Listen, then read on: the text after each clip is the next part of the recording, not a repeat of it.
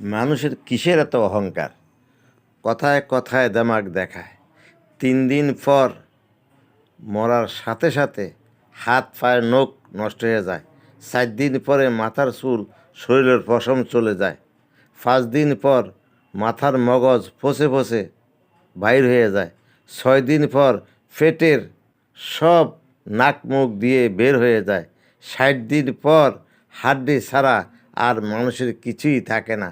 তারপরেও মানুষ কত দেমাক দেখায় আর বলে, আমি কে, আমাকে চিনো?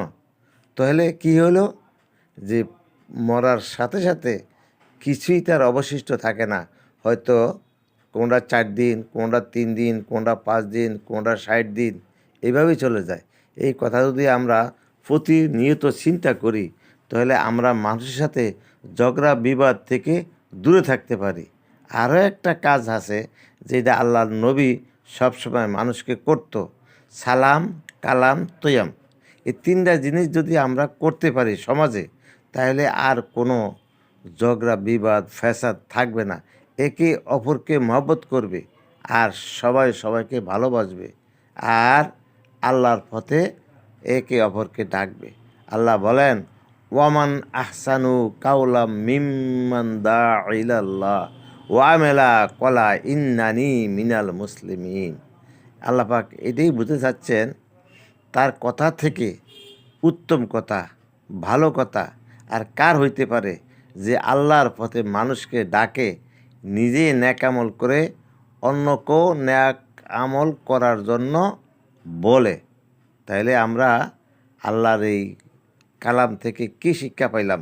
যদি এই শিক্ষায় আমরা শিক্ষিত হই, আল্লাহর ইবাদত বন্দিগি করি, রাসূল করিম সাল্লাল্লাহু আলাইহি সাল্লামের সুন্নতের ইস্তেকামাত করি, তাহলে আমাদের জীবনে আর কোনো সমস্যাই থাকবে না।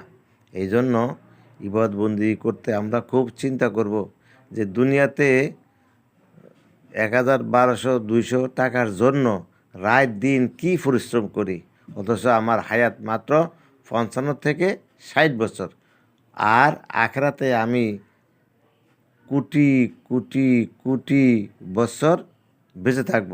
সেখানে ইমাম গাজ্জালী রহমতুল্লাহ আলাইহি বলেন, তুমি তোমার বয়স পর্যন্ত যদি কোটি কোটি কোটি কোটি করতে করতে তুমি মারাও যাও, তারপরেও আখেরাতের জিন্দেগি তোমার জীবনের শেষ হবে না। কেননা আখেরাতের জিন্দেগি শুরু আছে, শেষ নাই। দুনিয়ার জিন্দেগি শুরু আছে, শেষও আছে।